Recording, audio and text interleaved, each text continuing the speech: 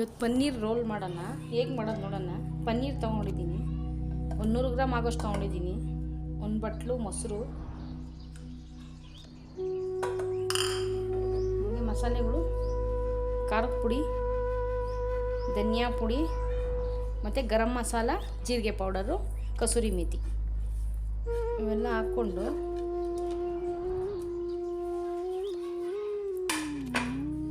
ಕಲಸಿ ಮ್ಯಾರಿನೇಟ್ ಆಗಲಿ ಮಡಗೋಣ.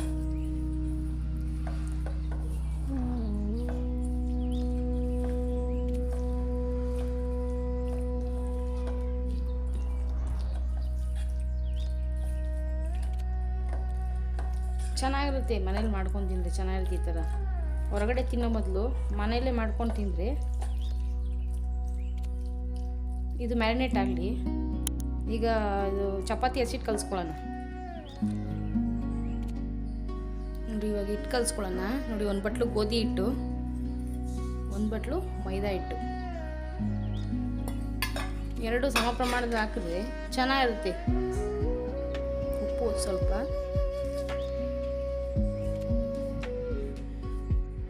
ಮಾಮೂಲಿ ಇವಾಗ ಚಪಾತಿ ಹಸಿಟ್ಟು ಕಲಿಸ್ಕೊತೀವಲ್ಲ ಹಂಗೆ ಕಲಿಸ್ಕೋಬೇಕು ಇದನ್ನ.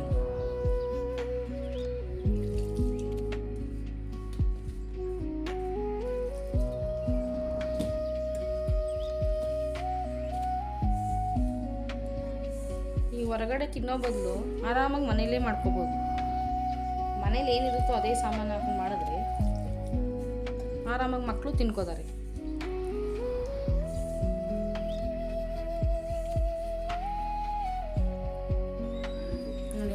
ಈ ಅದಕ್ಕೆ ಕಲಿಸ್ಕೊಂಡ್ರೆ ಸಾಕು ನೋಡಿ.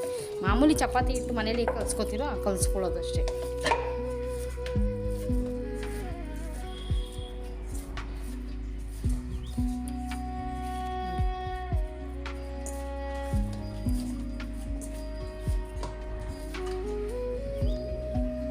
ಇವಾಗ ಚಪಾತಿ ಹಿಟ್ಟು ಆಯ್ತಲ್ವ ಕಲಸಿ. ಇವಾಗ ರೋಲ್ಗೆ ಅದೇ ಗ್ರೇವಿ ಮಾಡ್ಕೊಳ್ಳೋಣ. ಪನ್ನೀರ್ದು ಗ್ರೇವಿ ಮಾಡ್ಕೊಳ್ಳೋಣ. ಕಲಸಿಕ್ಕಿದ್ವಲ್ಲ ಮಾಡ್ಕೊಳ್ಳೋಣ. ಇವಾಗ ಬಾಣಲಿ ಕಾಯಿಗೆ ಇಕ್ಕಿದ್ದೀನಿ, ಬಿಸಿಯಾಗಿದೆ ಎಣ್ಣೆ.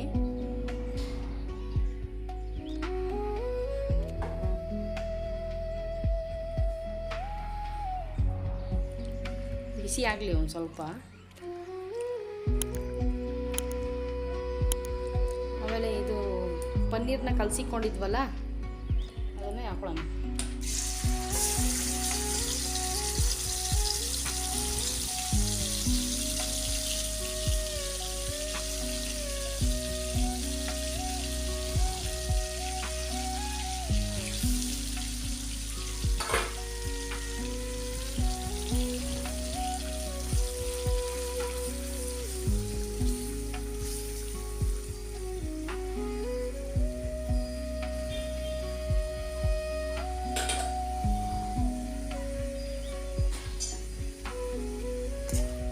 ಸ್ವಲ್ಪ ಫ್ರೈ ಆದರೆ ಸಾಕು.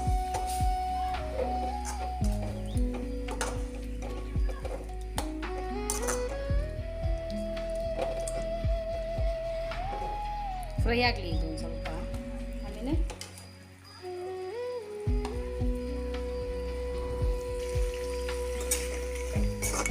ಇವಾಗ ಒಂದು ಮೀಡಿಯಮ್ ಸೈಜ್ ಒಂದು ಈರುಳ್ಳಿ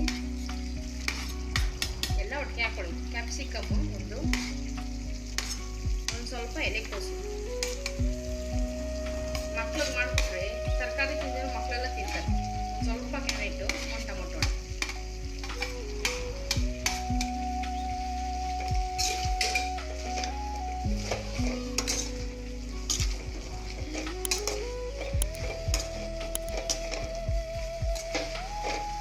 ಸ್ವಲ್ಪ ಚೆನ್ನಾಗಿ ಸ್ವಲ್ಪ ಬೆಂದರೆ ಸಾಕು.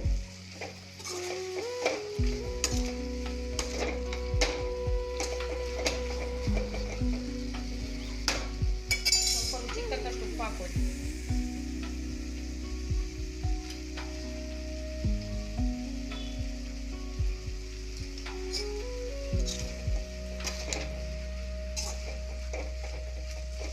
ಇನ್ನೂ ಸ್ವಲ್ಪ ಫ್ರೈ ಆಗಲಿ.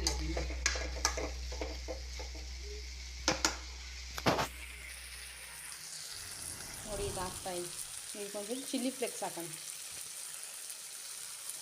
ಖಾರ ಎಷ್ಟು ಬೇಕು ಅಷ್ಟು ನೋಡಿ ಹಾಕ್ಕೊಳ್ಳಿ.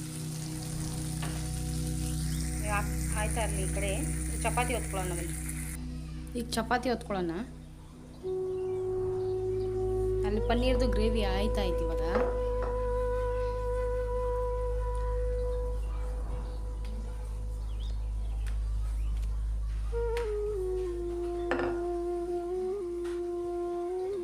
ಹೊತ್ಕೊಂಡಿದ್ದೀನಲ್ವಾ, ಇದನ್ನು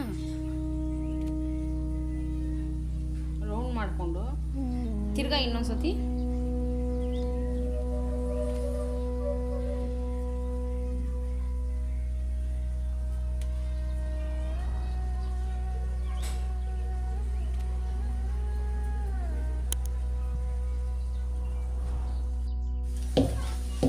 ಆಗಿದೆ. ಈಗ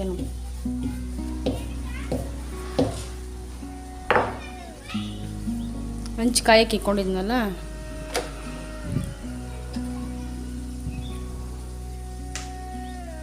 ಚೆನ್ನಾಗಿರುತ್ತೆ. ಮನೇಲಿ ಒಮ್ಮೆ ಟ್ರೈ ಮಾಡಿ ನೋಡಿ.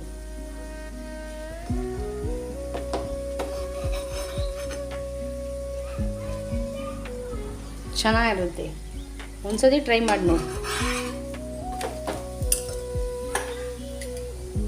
ಸ್ವಲ್ಪ ಹಾಕೊಳ್ಳಿ ಎಣ್ಣೆನ.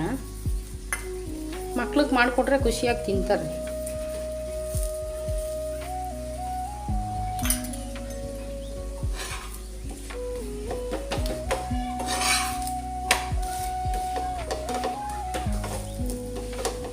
ಸ್ಕೂಲ್ ಬಾಕ್ಸ್ಗೂ ಹಾಕ್ಬೋದು ಮಾಡಿದ್ರೆ. ನೋಡಿ ಇವಾಗ ಚಪಾತಿ ಮಾಡ್ಕೊಂಡಾಗ ಗ್ರೇವಿ ಐತಲ್ವಾ,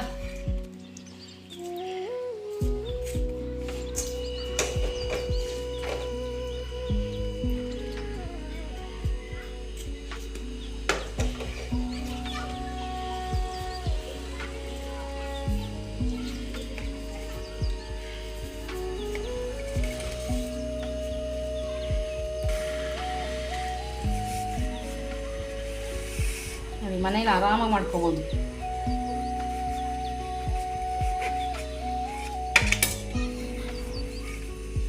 ನೋಡಿ ಎಷ್ಟು ಚೆನ್ನಾಗಿದೆ. Thank you.